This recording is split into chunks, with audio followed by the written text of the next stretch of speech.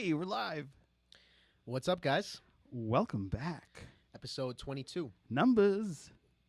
What is up? What is up? How you doing? Pretty good, guys. Yeah. As Joe slightly put in there, this is called Numbers. Yeah, man. This dungeon number 22. Yep. Guys, so we've had a couple weeks off. I've been on vacation. Well, if you're listening to the stream, we've had a couple of weeks off on the. Correct. If you're following the podcast, we are way ahead. Yeah, we're still good. We're still a couple episodes ahead. We're so hardworking that I know. people are like, God, these guys don't take a break. Guys, so what we recommended to each other, not last week, not the week before, but the week before that. This week I was listening to Massive Attack again, album called Mezzanine, and this is actually the 2019 remaster Yes. that I listened to, right? Right. Because it originally came out in 1998. 1998. Can you believe it's been 20 years? It's been 20 years. 20 years in 2020. In 1998, I was 8 years old. Oh. There's a there, The there's deflated. there's actually a particular number that comes up a lot it's going to come up a lot in this episode. Yes.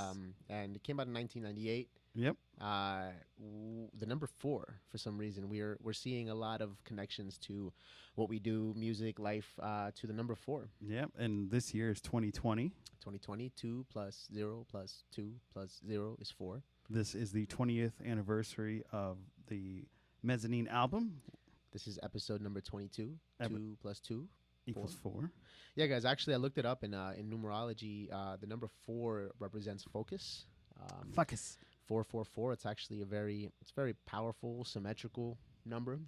And 4 is also, it happens to be the total of the numbers when you add them together of the album that you put me onto.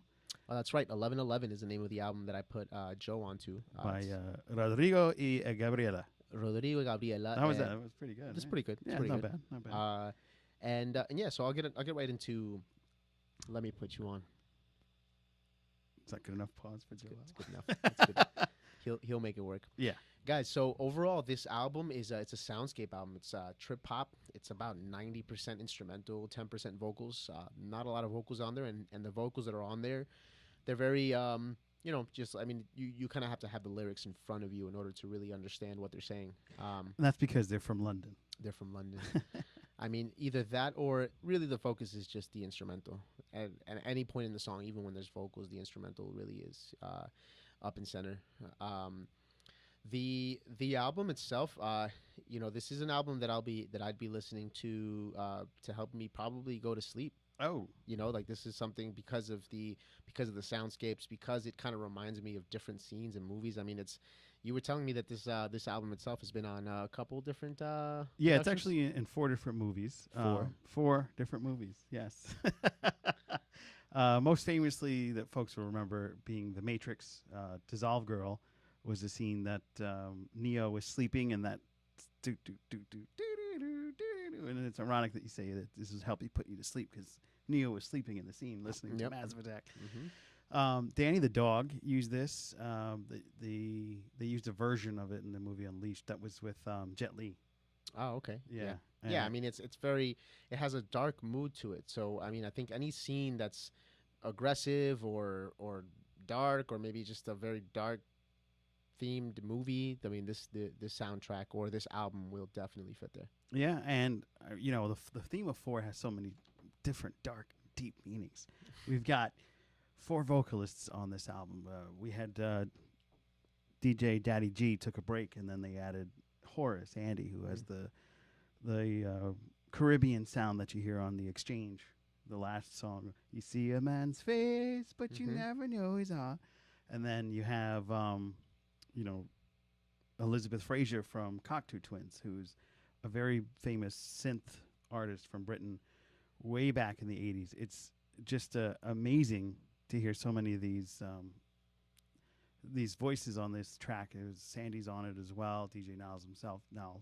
The album also sold 4 million copies. Oh. 4 of which I bought because I loved this album, and I bought it and I played it, and it was scratched up because CDs weren't as durable as digital because it's just one place, a phone. Whereas most of the time, a CD, you have to take it out of the player, put it in. And remember, like you had to feed the CD in, Yes. and then it was like, wait, and Yeah. so I scratched it up, played it so many times, so I said, all right, gotta buy it again. I bought it 4 times, and it's ironic that 4, 20 years ago when I first started this, I walked from where I lived in Westchester in Mount Vernon, from one end of Westchester to the other end of Westchester to Yonkers, to buy this album 3 of the 4 times. Yeah, no, the number 4, like we were saying, has a lot of it ties in a lot of ways. There's you said that there was 4 particular singles on here that were massive hits in Europe, right? That's correct. 2 of them were from different movies. The other one were just great songs. My favorite song from this is Inertia Creeps.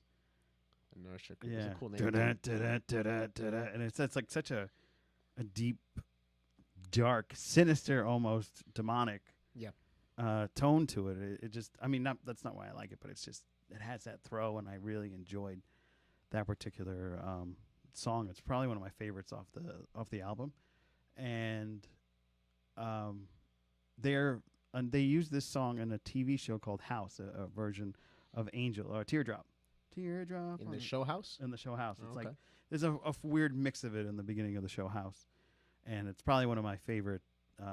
Another one of my favorite songs off the album. That was a big hit. This was their most commercially successful album for the band. This is the transition from the soulful trip hop, the acid jazz that they were doing, into more of the electronica end of Massive Attack. Okay. This is when they switched from once they got that on that soundtrack for The Matrix.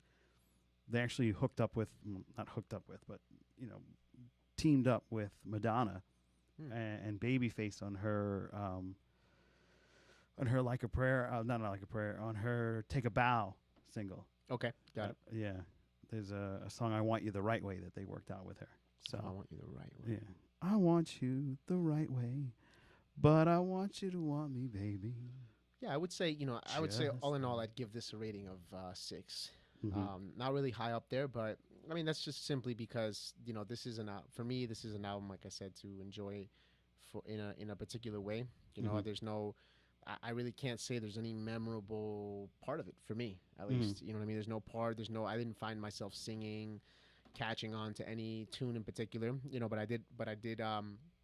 obviously the production and the remaster was something that made the production value amazing. And it obviously, 4 of these were singles in Europe, so there's a market for it. There's people out there who as yourself, really love Massive Attack. More than just me. Yeah, he's big here in Brooklyn, as a matter of fact. Got it. On 84 Withers Street, where our studio. That's right, guys. Yeah. 4.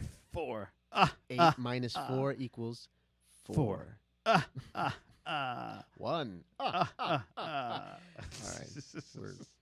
we're stretching a little bit now. I also learned that the number 4 is actually a negative connotation for folks in China. Having traveled to China myself, there's no 4th floor in a lot of the buildings because the word 4, which I don't remember, I think it's like sure and some of that, but it actually is so close to the word death that they don't use the number 4. So that's why, 4 is, you won't get any 4th floor in a building.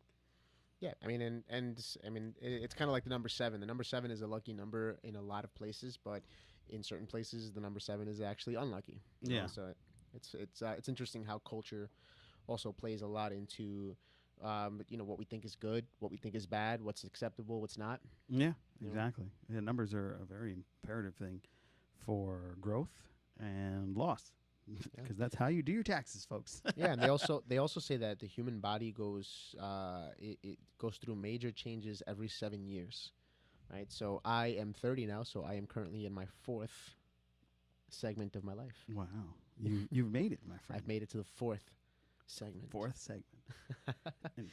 And I always did the tricks of the keys. 4th segment. Oh, that means that. Oh, we have 4 segments in this. Yeah. Yeah, I mean, I there's a lot of symmetry, right? Yeah. I think the number 2 is also very powerful, and then 4 is just a double of that. I see 4 everywhere. 4 tires, 4 valves in our heart. Yep. 4 4 directions and the compass. 4 directions and a compass, 4 seasons. You know what I mean? Yep. There's a reason why 4 is also tied to focus. 4 divisions and an analog clock. Okay, this is true. Yeah. This is true. You can divided by 4. Yeah. Well, let's get into what you put me on, and that's Rodrigo y Gabriela Yes. and their album 1111, which there's a guy named Mars Lazar. Not putting you onto it, because if you thought that put you to sleep, Mars Lazar is a lullaby. Uh, but he had an album called 1111. But this duo here is legendary. Flamingo sounds, that acoustic guitar playing so high, it's like a Spanish guitar. It's one of my favorite sounds in music. I love the high frequency. It's like a mastery of keys. It's very fiery, passionate. It's like you want to grab your lover and, start going and And dance. and dance. You want to go very strong, very hard. Dance there. Hello, hello. So I thought it was a beautiful cinematic-esque journey as well. I felt like, similar to Massive Attack, their arrangement was very well done. And similar to Massive Attack, their music was used in Pirates of the Caribbean. So, yeah. Which one? The fourth one with 4. 4. With the Spanish actor from No Country for Old Men. I know who you're talking You about. know who I'm talking I about? don't know his name. Yeah. Yes. He's in that. That's 4. Like I said, I really enjoyed that. And their instrumental is not just solely guitars, even though that's heavily reminiscent of Mike Oldfield, who's one of my favorite composers. I've spoken about Mike Oldfield before. I put you onto one song of his, just like I put you onto one song of Massive Attack. Now I'm giving you the whole album. Yes. And the reason why I put you onto the singular song of Massive Attack is because of the original arrangement. They used to break a lot of my friends' speakers back when I wasn't driving. And when I got in my car and I knew that song was coming on, I was like, let me turn this down a little bit so I don't fuck up my speakers. But their re-imagery of this album 20 years later, it's a beautiful mastery of it. And it's interesting that though their sounds are very, very cinematic and very large and bigger than they are, numerology trivia, yes. They don't rely just on the guitar. They have tempos of the guitar, which is great. Like I said, reminds me of Goldfield. They have this beautiful acoustic Spanish guitar, that high-pitched frequency, which is very reminiscent of the amazing album Living Sea, which is a beautiful, soulful take of the Soul Cages. A must-hear in the Sting discography. Yes, Sting. Oh man. And this is the 4th time I'm mentioning Sting, right? In the show? Oh, that's not true. No? I don't think we should lie to our audience. I think it's more about 22 times. Oh, 22 times. 4. 4. My birthday, the 22nd. 4. You remember that movie with Jim Carrey, The number- 23? Yeah. That is exactly what we're doing today. Yeah, guys. numerology. In every single way, 4 is the answer. Yes. How many drinks did I have today? 4, officer. No. He going to jail He's going now. to jail now. You done did it. You're going to jail. But I digress. The music here, you will find echoes of distant instrumentals. You'll find echoes of blissful keys from a piano and drums, and there's almost a slight record scratching that can be heard blended into the tracks of that song. I believe it's Tress. And I thought that was magnificent. There's no vocals on this whatsoever. I know you need the lyrics for Massive Attack to understand what Neil Diamond is saying, but that album has a lot more lyrics than you think. Teardrop, maybe not so much, because Elizabeth Fraser is known for just kind of scatting, so to speak, just saying phrases and things that sound angelic. And I always found her voice to be haunting. And there's a woman that does that now. Her name is... well, her name slips my mind right now, but there's a singer that does that now. It's just amazing. I love when I hear a woman's voice that's like haunting. She works on a lot of, like I said, the Cocteau Twins, but she works on a lot of other songs. But she actually mostly doesn't speak anything. It's just kind of soundscapes and noises that just kind of blend melodious with the songs. It's great.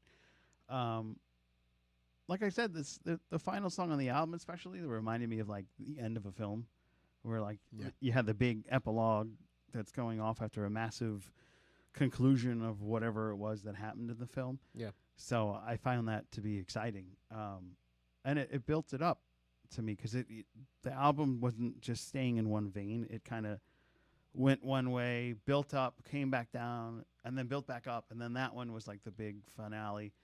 I thought it was the crescendo. Yes, the crescendo acting. So I enjoyed it. I'm going to give this an 8. Okay, cool. You know, it would have been cool if they would have like had one vocalist on there. I thought that would have been, that would have done it a little bit more. I really enjoyed it. Like I said, Mike Oldfield vein here. I'm wondering if they actually were influenced by him because he did that with his first albums, but he did add vocals in at some point. And I would almost venture to say that they could have blended this as one like long song like he does. He was famous for Tubular Bells. Do you remember The Exorcist? I remember The Exorcist. Yeah, that's him. He did that. He did it at like 17. Okay. Wow. And he made this like Beethoven-esque masterpiece at 17 years old. And that's one of the biggest selling records in Britain. Massive Attack similarly has been several times listed, 4 times listed. No, it's probably more than that. but listed as some of the greatest. This album particularly was listed as one of the greatest albums in British music. So it's amazing what this album actually did and has done. But I really enjoyed that, and I'm going to be listening to more of their Cinescape sounds of Rodrigo y Gabriela. Yeah, I mean, to segue into our next section, Music Saved My Life. Rodrigo y Gabriela was actually, they influenced a movement in myself, I would say, in a way. At this point, this album came out in 2009. At that point, I was definitely into music. I was starting to play the guitar. And one of the biggest influences was the progression. You know, I had already been listening to tons of mainstream music. I was listening to underground punk artists. But if you guys don't know, music is typically in 4/4. What does that mean? That means that there's 4 beats per, not per minute, but there's 4 beats per section. So if you're counting the song, you're usually going to end up on 4. 1, 2, 3, 4. To give you a comparison would be like the waltz. The waltz is in 3. The waltz is 1, 2, 3, 1, 2, 3, 1, 2, 3. But typically, everything we've recommended on this show, and pretty much everything you're probably ever going to listen to, is going to be 1, 2, 3, 4, 1, 2, 3, 4. And there's a reason for that. The reason for that is because that is the perfect number for listening in terms of what's going to stay stuck in your head, like what Americans and Western civilization deem to be catchy and mainstream. And so I questioned that when I would listen to Rodrigo Gabriela and to other bands that would move away from this particular schematic. I myself started to be influenced by that. I started playing songs in 3/3 and 5/8 and 7/8. 4 beats per measure.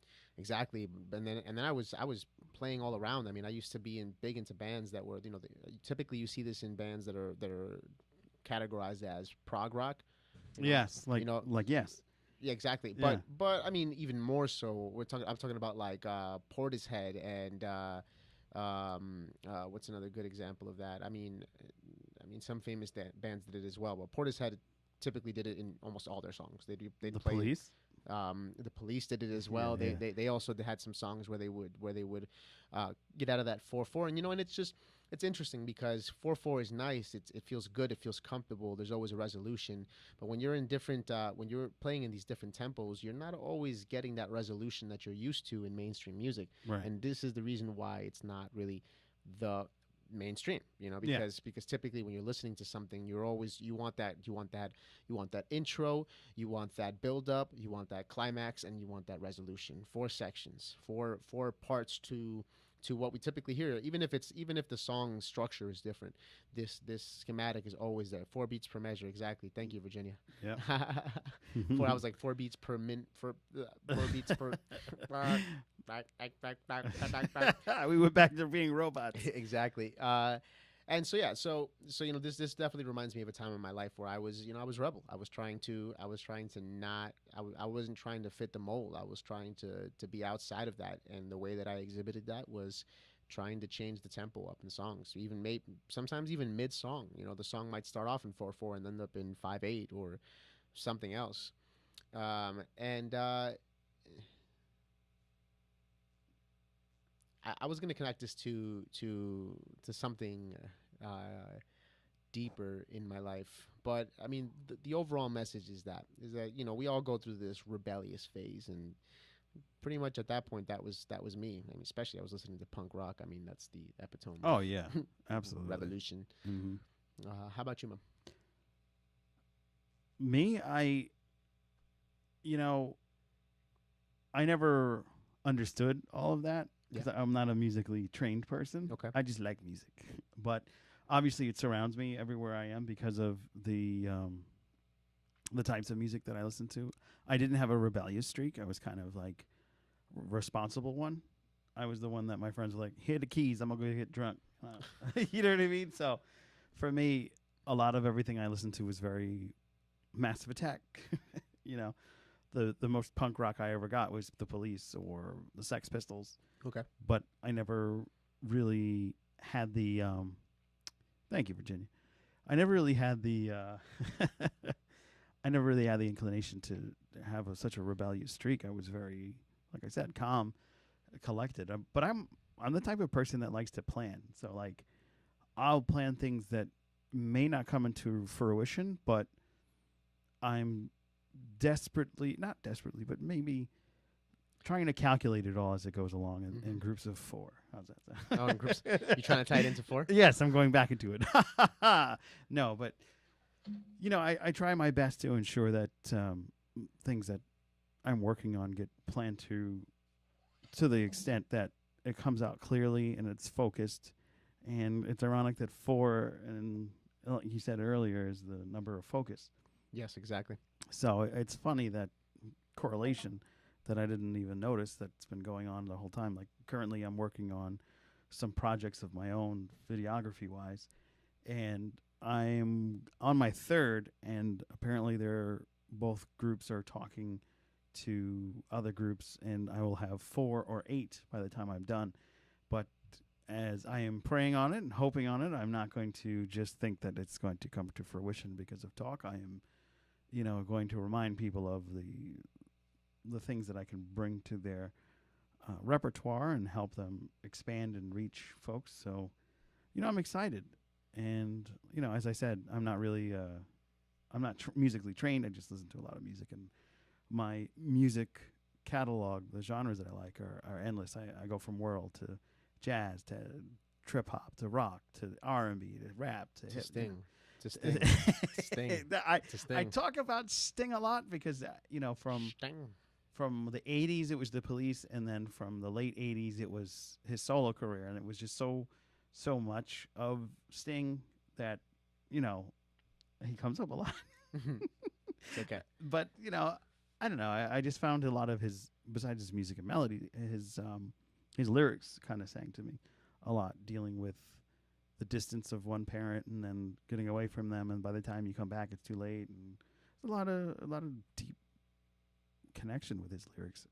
And there's one song called 1,000 Years that I really liked. Okay. That's like the ultimate love song. But there is an artist that I want you to, Jane Meinhardt. Hey, New Chile, how you doing? Do you know Riley Ritchie? No, I do not. So I'm going to put you on to a hip hop artist from Britain called Riley Ritchie. Okay. And Riley Ritchie, you may know from a very famous HBO television show called Game of Thrones. Oh, yeah. Mm-hmm. Yeah. So he played Grey Worm. Ah. And he happens to be a hip hop artist. He's very good. And I'm going to put you on to his, not his latest album, but his album before. He just had a baby, and he dropped an album. And a couple of my favorite artists dropped some albums. So I'm getting a little, not Sting or or Enigma or anybody, but like, the side twos,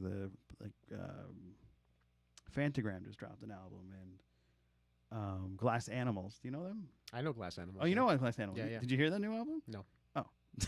What did Billy? Oh, I know them. Well, Did you hear the new one? No. A little fun fact about me: even the bands that I like, even the artists that I follow, you know what I mean. It takes me a while to get to their albums. I think something deters me from being part of the hype when an album first comes out. I like to listen to it when I'm not hyped about it, so that it doesn't influence how much I like it, because sometimes you listen to something, you have such high expectations, and it still may be a good song, but because your expectations were so high, or you go into it thinking it's a terrible album, and then the album's okay, and it becomes automatically this amazing album because your expectations were so much higher. So I just go into it when it feels right. You know? And it's usually months after its release. Oh, okay. Yeah. So I do that sometimes, like Delirium. I miss because their album comes out. And because it's not like a Justin Timberlake and oversaturated music in that vein. So I end up stumbling on it and going, oh, great, they put out an album. And that's a lot of the times with some of the music I listen to. And then I'll go and search and be like, where's going on? Like Michael Cretu. It's like, where's your new album? That's the Enigma guy. Remember Cretu? I'm like, where's your album? I'll like email him. I mean, I wish I had his direct email. I'll bring him on the show. But I'll email like his website or Facebook, like, hey, I really want a new album. Can you come out with that? Hey, Riley dropped an album and his wife dropped a baby. That's great. That's great. That's a good relationship. That is. It's true. I'm really looking forward to you listening to that album. I think it's different. It's not like Massive Attack where it's all melodic. It's got a lot more flow and a lot more lyrical based. So he's more hip hop than he is trip hop. Okay. So I'm really looking forward to getting that from you. Okay. Well, as always, I don't know yet. Yep. And I feel like I like to take my time, so you're just gonna have to wait. Once again. I mean, last time you actually like put me on to somebody. Well, because it made sense. Yeah. You know? I mean, for me, when I put you guys onto, or when I put Joe onto an album, I like it to really tie into what we're talking about in the show. So I'm gonna take my time with it and figure out. I'm assuming that whoever you're gonna put me onto, it's gonna be their fourth album. Dun, dun, dun. I don't know. Maybe. Roots Manuva is another good UK rapper. Thank you. Oh wow, yeah. Who is this? Nulchi 3? Yeah, Nulchi 3. Well, hello, guy. Hey, hello, welcome to the girl or guy person, or him or her or. Super excited that you're with us, and welcome to the Disc Dungeon. Thank you for being here. I'm your co-host, Joe Dove. No, I'm Joe Dove. This is my man Julian Valencia, singer, music producer, one of the epic pillars of the trio called Made by Audios, and that brings us to. Oh, right, we're wrapping that up. Okay. Hey, it's Frank. Hey, what's up, Frank? What's up, Frank? Behind the beat. This is our behind the beat section, guys.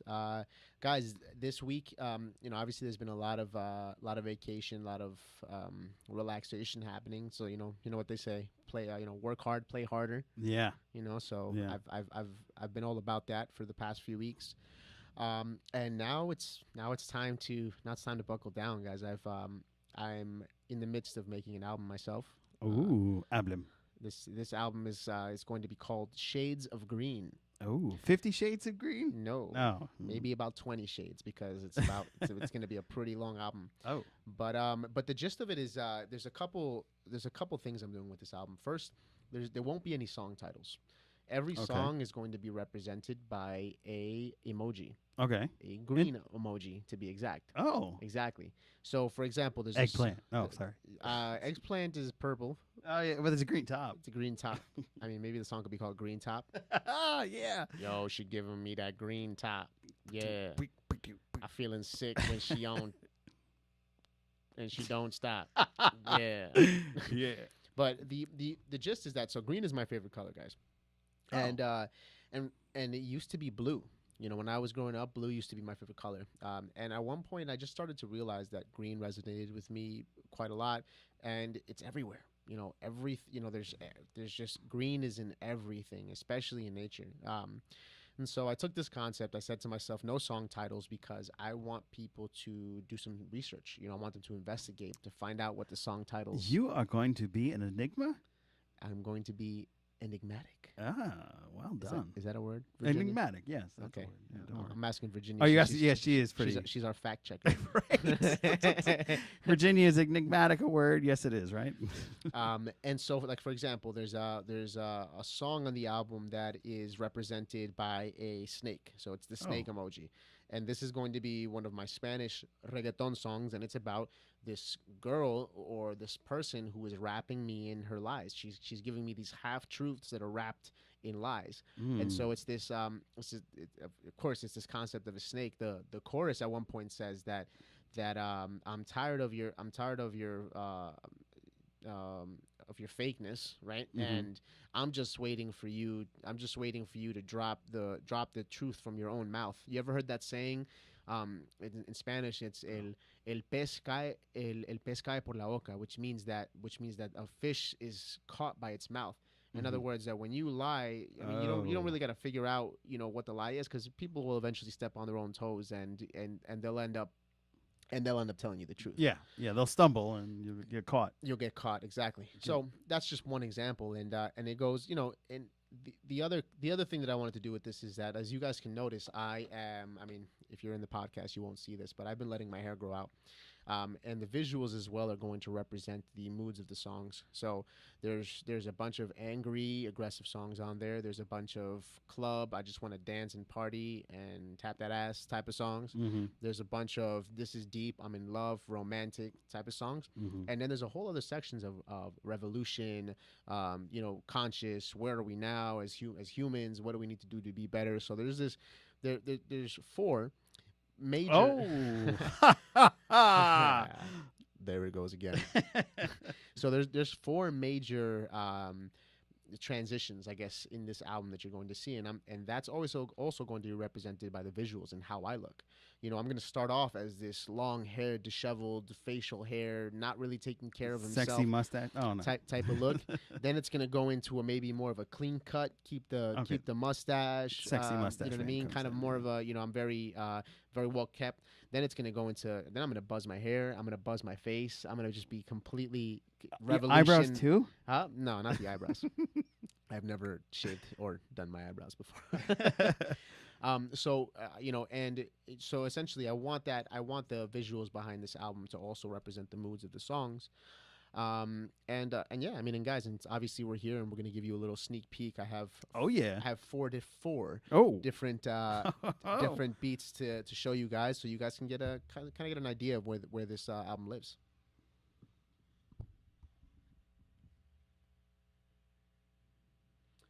This first song is called Chemistry.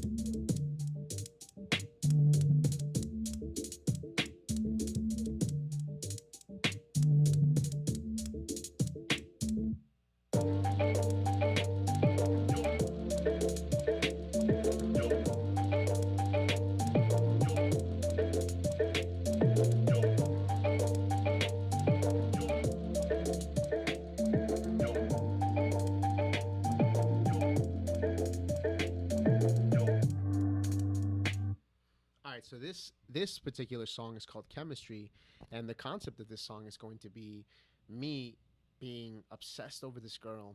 I'm going to be disheveled, but I'm a scientist, and I'm going to make a love potion to make this girl fall in love with me. Oh, exactly. So it's pretty dark, right? Because I mean, I'm kind of I think that everything is in my control, but really at the end of the day, the chemistry's off. Mm-hmm. All right, so we have this next one is called batería, which in English means battery. I was going to say, doesn't that mean battery? It means battery. I figured it out. And what this is this is a reggaeton. This is a club song, and this is just about infusing people with that energy.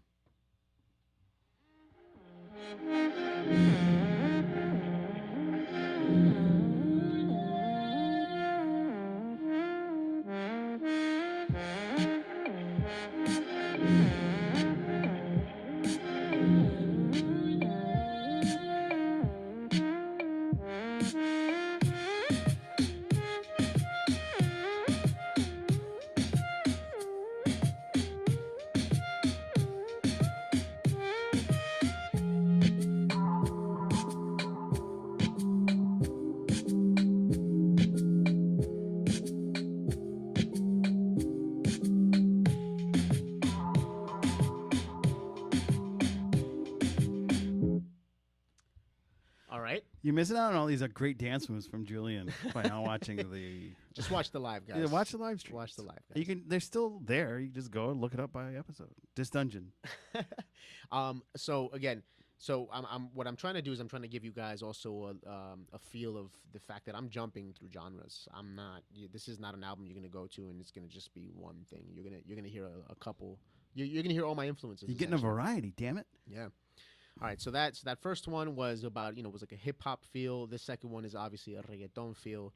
So now we got something a little more lo-fi, laid back. This one's called Yo Yo, and it's pretty much about a girl yo-yoing me. It seems like she wants me, then it seems like she doesn't. Then she throws me away, but she brings me back when she needs me. So it's that type of feel.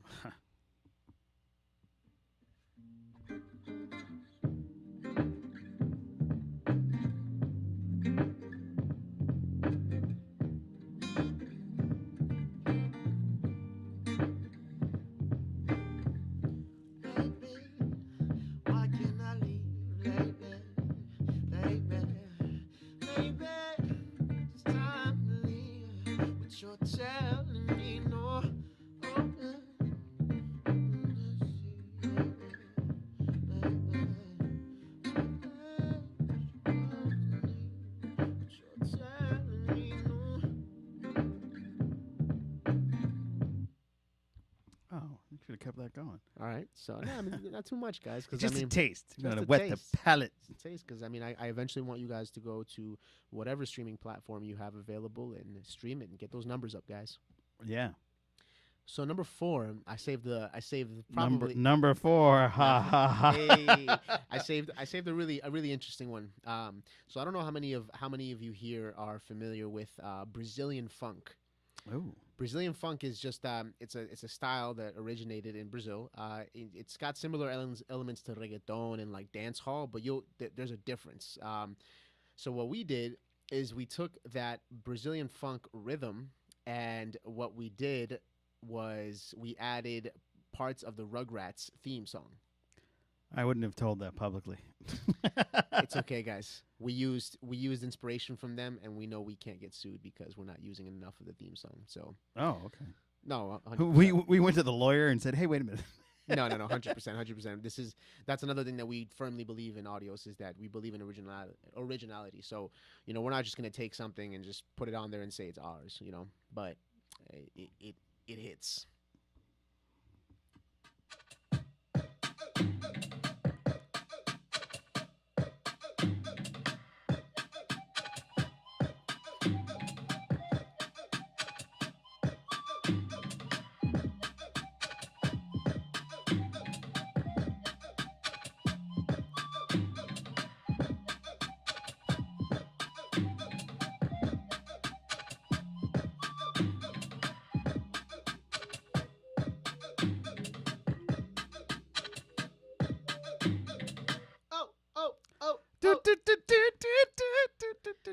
Yeah, so that one is actually, that's going to be represented by the water gun emoji, which is this like lime green water gun. And oh yeah, I know that one. Yeah, I mean it's pretty much going to be about summer and getting wet, and it's going to be ratchet as fuck. So just as a warning for everybody out there. Ratchet.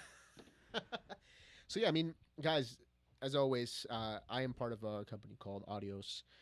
We have an Instagram that's called Made by Audios. You can pretty much find us everywhere by that moniker, Made by Audios. And it's me, Henry, and Joel. The three of us, we came together and we decided to start our own production company / artist development. And we've been doing this for about 1.5 years, 2 years now. And I mean, we're excited.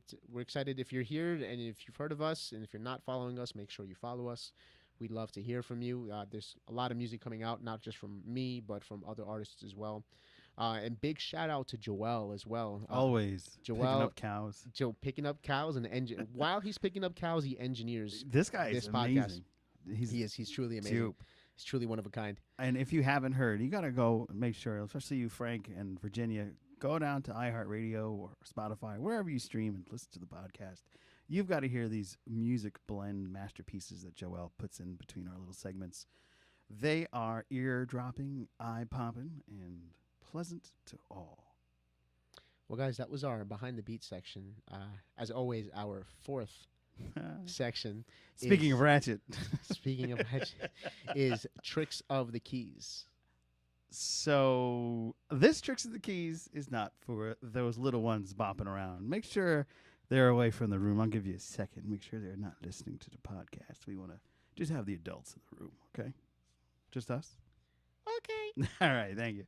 So this week's Tricks of the Keys is from one of my favorite bands that I don't really talk much about because they're more of a screaming and high frequency, velocity, whatever you want to say. That's Aerosmith and their song Big 10 Inch. It's very self-evident, but the lyric is... Tell me about these 10 inches. The lyric is a double meaning. But I really get her going when I whip out my Big 10-inch record of a band that plays the blues. Now, Big 10-inch refers to the old vinyl records, those giant discs that we put these dungeons on, were the basis of what we based the original spelling of the Dusan disc dungeon, which was the DISC. But we switched to disc because everything is based off of a computer disc now. Anyway, as you know, as I said, vinyl records were 10 inches. But it's also a play on words with the penis. 10-inch penis. So he's trying to say penis, guys. He's trying to make it a little obscure, but I really don't give a shit. So No. Got a big 10-inch wang. But I love that. I love when music does that. Yeah. I love when you know they are saying that, but they're also saying something else. Yeah, exactly. I'm going to bring out my 10-inch. She's going to love it. My 10-inch record.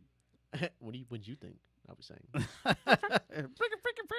Yeah. I mean in our this episode, we focus so much on numbers, and part of the reason why we picked this Tricks of the Keys as well, because, numbers and everything in music and life, it always has such a specific meaning. The day that we're born, our date of birth, our social security number, we're pretty much like on this assembly line, and we're just tagged with these numbers for the rest of our lives, our phone numbers, so just numbers are important, and it's we poke fun at it, but it's good to be aware of recurring patterns. Right. Yeah. Well, guys, that's it. That's it, man. That's all we have for you today. Yeah, I appreciate it. Thank you for joining us in the down depths of Dastrus. In the dark, Dirt. down. Thank you for joining us. I appreciate it. Make sure you subscribe to the channel, please. Share with your friends the divulsions of music that Julian and I share with you each and every week on the Disc Dungeon podcast. And if you're into numerology, I mean, we'd love to hear what you think about what we brought forth today. Yeah. I'm Julian Valencia. And I'm Joe Dove. Thank you for being with us, guys. See ya.